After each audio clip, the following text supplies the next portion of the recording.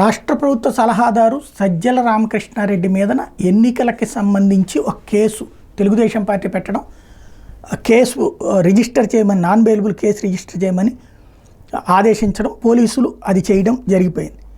ఏంటి అంటే వాళ్ళ ఏజెంట్లకి చెప్తూ వాళ్ళు మధ్యలో విసిగిస్తారు, ఇబ్బంది పెడతారు, స్టఫండ్గా నిలబడండి, గట్టిగా మాట్లాడండి, అవసరమైతే నిలదీయండి అక్కడ అన్నటువంటిది చెప్పడం, అది గొడవ పెట్టుకోండి అన్నటువంటి దాన్ని కాన్సెప్ట్ ద్వారా కౌంటింగ్ని చెడగొట్టే ప్రయత్నం చేస్తున్నారంటూ కేసు పెట్టడం, కంప్లైంట్ కేసు పెట్టడం జరిగింది.